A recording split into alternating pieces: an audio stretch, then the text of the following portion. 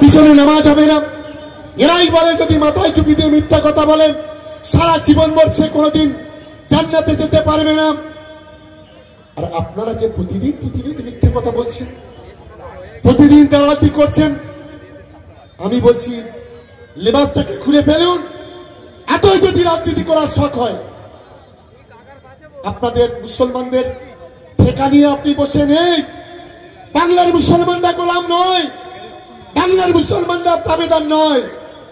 আমার এখানে সব মুসলিম ভাই বোনেরা বসে আছেন, হিন্দু ভাই বোনেরা বসে আছেন, বলছে রাজ্য সরকারকে সমর্থন করলে তার না কিমান থাকবে না।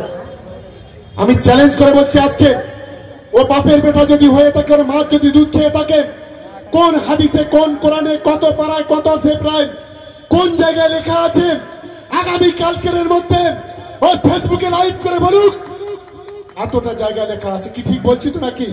আমাদের ছেলেরা দালালি হচ্ছে, দালালি জায়গা পাও না, বলে আমার নামে দরুদ পড়তে হবে।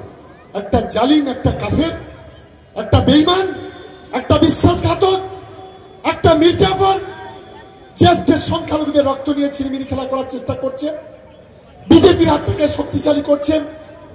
যে বিজেপি উত্তরপ্রদেশের যোগী রাজ্যের সরকার আমাদের লোকেরা নামাজ পড়লে তাদের কান্দে উদ্বোস করে, যে বিজেপির পুলিশ দিল্লিতে রাস্তায় নামাজ পড়তে দেয় না, যে বিজেপির পুলিশ কে কি খাবে কে কি পড়বে তারাই ঠিক করে দেবে, সংখ্যালঘুদের অত্যাচার করবে, মুসলমানদের উপর অত্যাচার করবে, আর তার দাবিদারি করছো।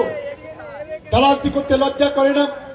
আমি ক্যানিং পূর্বের সংখ্যালঘু ভাই বোনেরা যারা আছে, আমি একজন মুসলমান, আমি একজন মুসলিম পরিবারের সদস্য, আমি অনুরোধ করব সকলকে, এই দালাল হটাও, বাংলা বাঁচাও, এই স্লোগানটা তুলতে হবে আমাদের।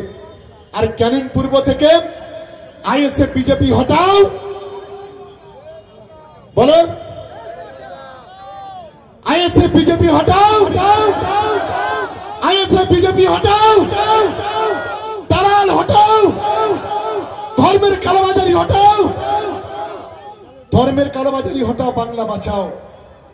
এই যে ধর্মের কালোবাজারি গুলো আজকে যেভাবে ধর্মটাকে সামনে নিয়ে দালালি করছে, এদের বিরুদ্ধে আমাদের রুখে দাঁড়াতে হবে। আমি বলি বিজেপি বলি আর আইএসএফ বলি একই পয়সার পিঠার উপরে। তুমি ঘুঘু দেখেছো, তোমরা এখন ফাঁপ দেখোনি?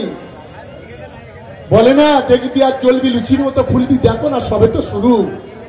ভোট যত আসবে তৃণমূল কংগ্রেসের কর্মীরা তত বেশি গর্জে উঠবে। কোথায় যাবে একটু হিসাব করে রেখে দাও, এটা মাথায় রাখবেন।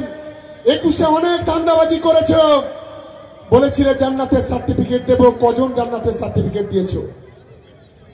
4000 কোরআন শরীফ কিনেছিলে ছোট ছোট, বড় প্যাকেট করে ছোট ছোট কোরআন শরীফ নিয়েছে। 90% লোকের মাথায় তুলে দিয়েছিল আইএসএফ কে ভোট দেওয়ার জন্য।